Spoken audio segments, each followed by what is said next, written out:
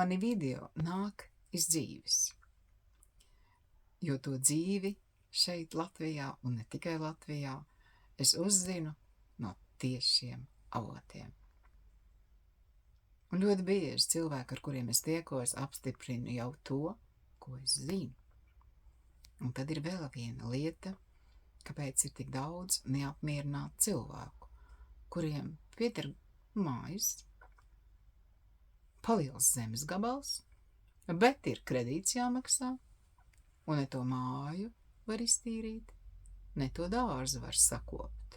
Un tik bagāti jau viņi nemaz nav, lai varētu maksāt dārzniekiem, apkopējām un pavāriem. Vergot bankām, tā tas saucās, un tāpēc ir šīs dusmas. Mūsu senči bija daudz gudrāk, viņiem mājiņas bija maziņas, logi bija maziņi, gribat gaismu un svaigu gaisu iet laukā. Tas būs veselīgāk. Nevis gulēt dīvainā un skatīties par milzīgu logu, kurš ir arī jātīra. Un Dievs pasarga, ja viņš saplīst. Vai tas ir tas, kas cilvēkiem ir vajadzīgs? Es domāju, ka nē. Šī kopā būšana, šī paļaušanās vienam uz otru ir vissvarīgākā. Un cik ļoti mums ir jāmainās, lai šeit būtu savādāka dzīve, jāmainās mums pašiem. Nevienu nedrīkst nosodīt, nevienu citu tautību apsaukāt. Un par sliktiem vārdiem var pēc 5 minūtēm dabūt atpakaļ tādas sitienas, kā viens darba vadītājs savus 3 uzbeku puišus nosauc par tarakāniem. Un, ziniet, nepagāja ne 5 minūtes, kad viņš uz trepēm saskaitīja ar diventiņu pakāpienus. Vai kā var dabūt atpakaļ? Bet tie 3 puiši ir nedzērāji. Jā, es dzirdēju, kā viens politiķis arī tā nicinoši tur no Krieviju aizbrauc, no Uzbekijas atbrauc. Bet viņi brauc pelnīt maizi tāpat kā mūsēja uz citām zemēm. Brauc pelnīt un strādāt. Bet ja mums nav kas strādā, ja mums ir tik daudz sliņķu un dzērāju, kurš tad strādās?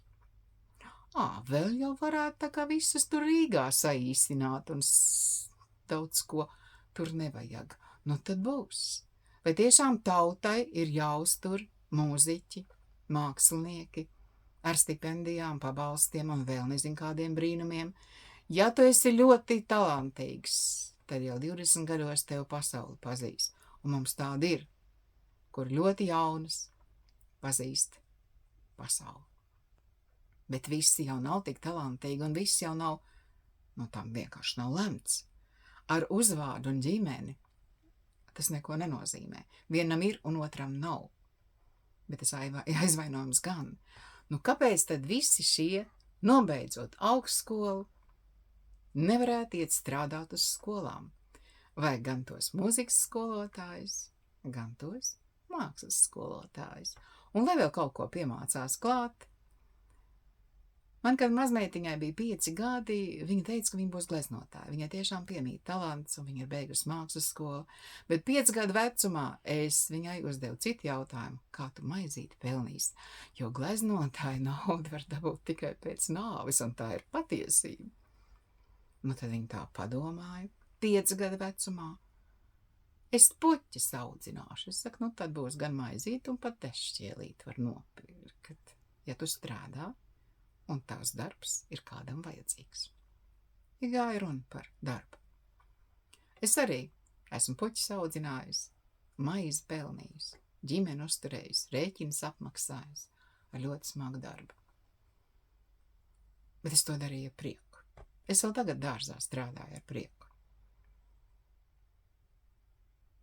Tas, ka man ir savilktas rokas, jā, ir. Bet taisni tāpēc, ka tā zeme dod spēku un paņem nost visu lieko, un tas arī ir saistīts ar mīlestību. Un mēs, latvieši, tomēr esam zemes cilvēki. Mums nav ko ielas slīpēt. Mums ir viss.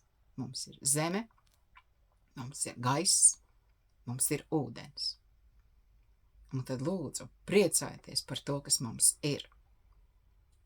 Šī skaistā sārma, kas tagad bija Latvijā. Man arī dārzā meita un mazmeita fotografē rozes, kuras ir aplepušas sārmu. Nu, kur vēl skaistāk Ziemassvētku kārtīgi? Kā roze ar sārmu.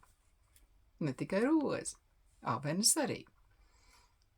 Lai gan turpat ir decembris, bet rudenis avenē vēl ir ogas. Redziet, sasaldētas ogas. Var aiziet, atkausēt un tūlīt apēst, pat saldētā un nevajag. Nu, vai nav jāpriecājās? Ka mums viss ir. Jā, tas prasa darbu. Bet bez darba jau nekā nav. Un tad es jums visiem novēlu daudz darba un daudz darba prieka. Jo tad jau tam darbam nav jēgas, ja nav šī darba prieka. Es jums to novēlu lielās devās, lai jums izdodas iegūt to prieku. Tā?